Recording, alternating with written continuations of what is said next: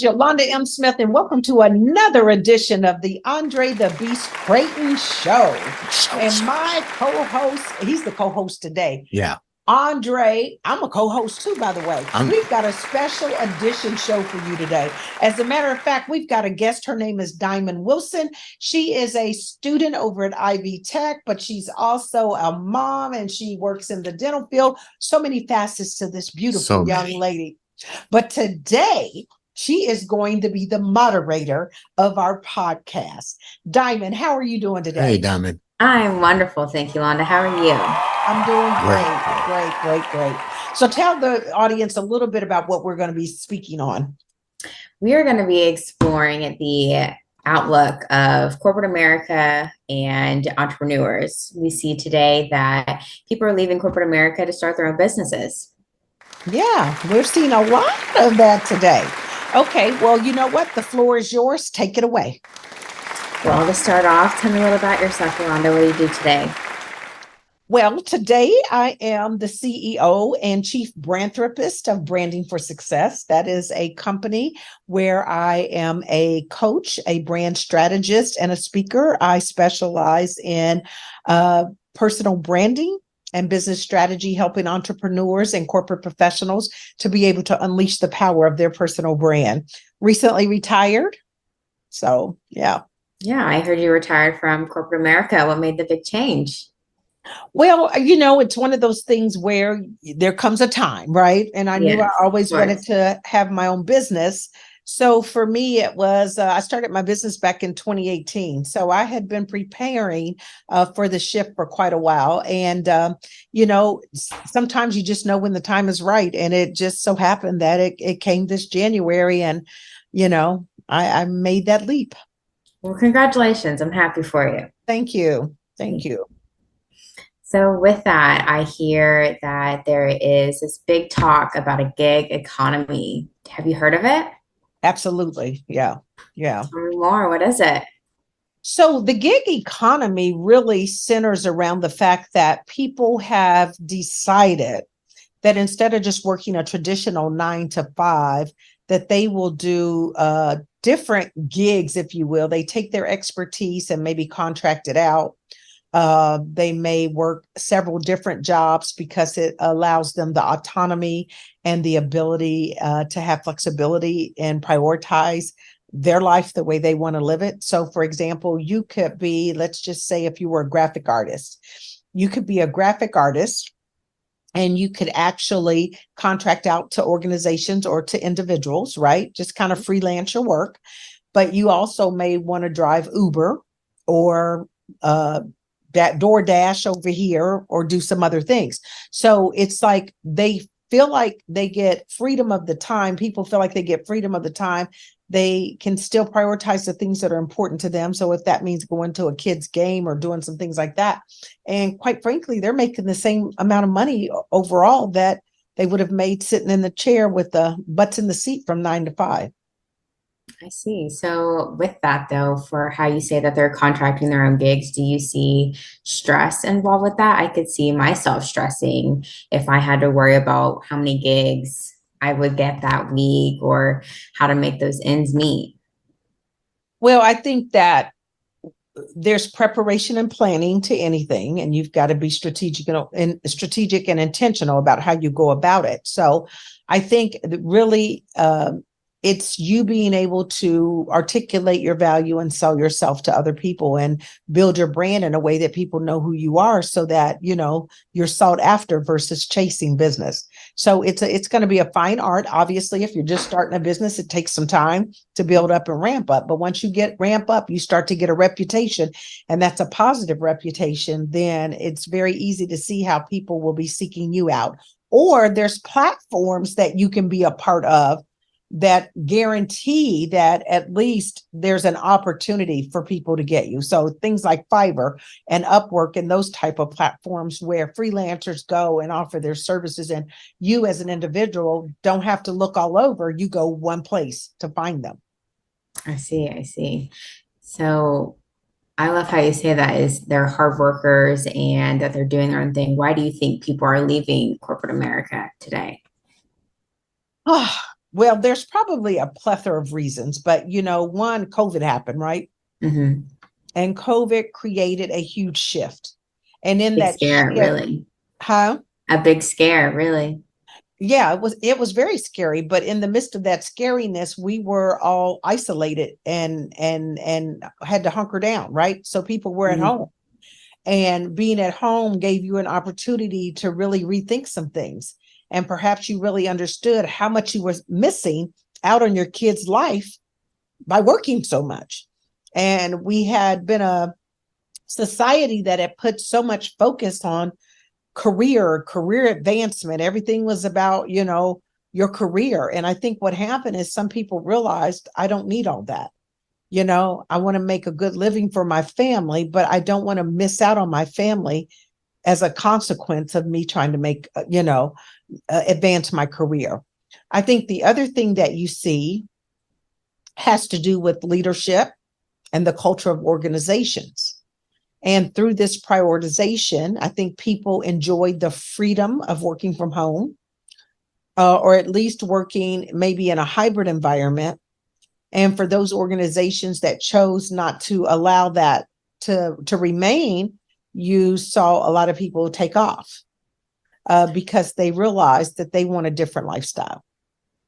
With that leadership, I think a big role in that is what we call quiet quitting. They kind of push their way out, and those leaders aren't really leading anymore. They're coming in, doing what they need to do, and aren't leading their team. Well, I think that we would be remiss to think that there was an impact everywhere. And I would not extrapolate that across the board. I think we've got great leaders out there, but I think part of the overall cultural problem has a lot to do with leadership and management and the way maybe certain individuals leave. Because I think one thing that most of us would agree about is that people don't leave organizations as a rule, they leave leaders. And so when you think about it from that perspective, it really does give credence to the fact that leaders have to really be leading. They have to be supporting and valuing their employees. They have to be creating opportunities for their employees to be able to thrive and achieve their career goals as well. And, given where we are, we've gone through several phases since COVID. We started with the Great Resignation, where people just said, I'm not doing it anymore, and they just left. And then we went from the Great Resignation to the Great Reshuffle. Because so many people had left, a lot of other employers were hiring. And when they were hiring, part of what was happening is we saw that there was a surge in the increase in salaries. And so then people started reshuffling, going from one Yeah. organization to the other, or leaving what they perceived to be a bad culture for another culture, right?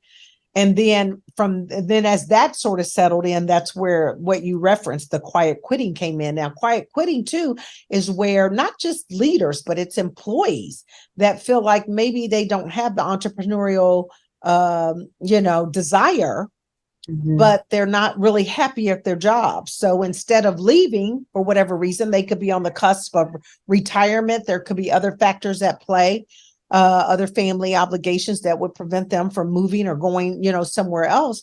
But they're just saying, I'm going to do the minimum necessary. I'm no longer willing to give you 110, 150% of me. I'm not willing to work from 8 in the morning to 9 at night anymore. You're going to get the minimum. You'll get your 8 hours. I'll do what I can do in the 8 hours, and whatever's left over, it gets prioritized for the next day.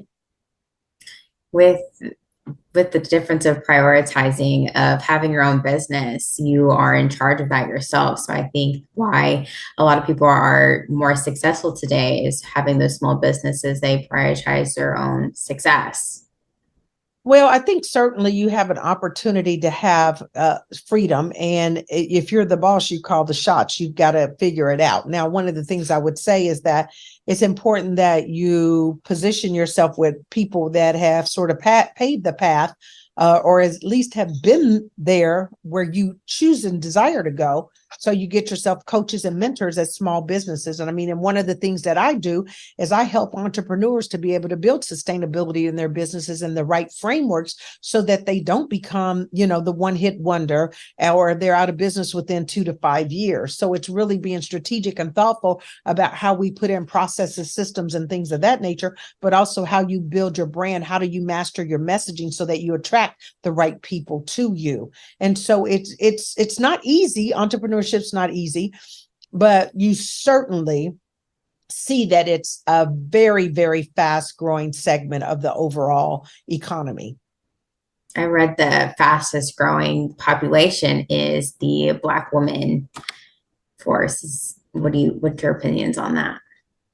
Diamond, you're absolutely right. I think that from the research that I've done and the studies that I've seen, African-American women are the fastest growing segment in entrepreneurship. Women as a whole is leading the pack. But the African-American woman more so. I think when it relates to what would drive that, I think it has a lot to do with gender, first and foremost, because all women sometimes struggle and are met with resistance within, the workplace, and also oftentimes have that glass ceiling, placed in front of them. When you add on top of that color, and we know that racism is still prevalent and definitely prevalent in the workplace, I think it makes it more challenging for Black women to really be able to get where they would desire to go when they're working in corporations and so forth. So they've opted to take their talents and really be able to monetize their strengths in their entrepreneurial suits, and they're having great success at doing it. Great success, and not just the flexibility and freedom, but they're making lots of money, more so than they were being paid, because they felt undervalued. They felt underappreciated. Oftentimes, as Black women, we feel invisible, and so overlooked. There's nothing worse than constantly coming in second on the job interview, not getting the promotion, but that you're working harder than most, and yet you still face these challenges of equity. How do you think that impacts our economy today? Well, from an economy standpoint, I think a couple of things are at play. We've seen a big push for diversity, equity, and inclusion. And I think if companies can continue to embrace that, it's very difficult. It's one thing to have a department, it's another thing to affect change. And so I think that, companies are they're trying to put programs in place that educate, as well as equip, leaders and other employees to make sure that everybody can feel valued, welcome, heard, visible, have equal opportunities. But the reality is that it's still falling short. And so when you think about the economy, though, if we could get people to really understand the value of having diverse teams, I think they would understand that it's very profitable for organizations. And there's data out there to suggest that diversity actually does really increase the profitability, because you have difference of thoughts. Think about it. If everybody's sitting around looking the same, thinking the same, how much are you really innovating? You know what I mean? How much innovation can take place? It's when you bring in different experiences, cultures, and things of that nature, that the magic starts to happen, but I think it's going to be interesting to watch over the next several years, just to really see how economically this plays out, particularly for small businesses, as well as corporations. Thank you. Well, that actually wraps up the end of my questions. Do you have anything to add before we wrap up today? Well, no, I would just say to you, it's been a pleasure, and I wish you well in your endeavors, and, you continue to pursue your path in life, and do good things, just to know that we can do anything that we put our mind to, and it's yet to play out how this would look. But I appreciate you taking over the show today, and thank you. Being a part of it. Thank you. I wouldn't have it any other way. And I hope to see you at one of your speaking events. Thank you. Appreciate that. So this has been another episode of the Andre the Beast Crayton Show with our host, Diamond Wilson. Tune in for the other shows. Please don't forget to like, subscribe, and comment.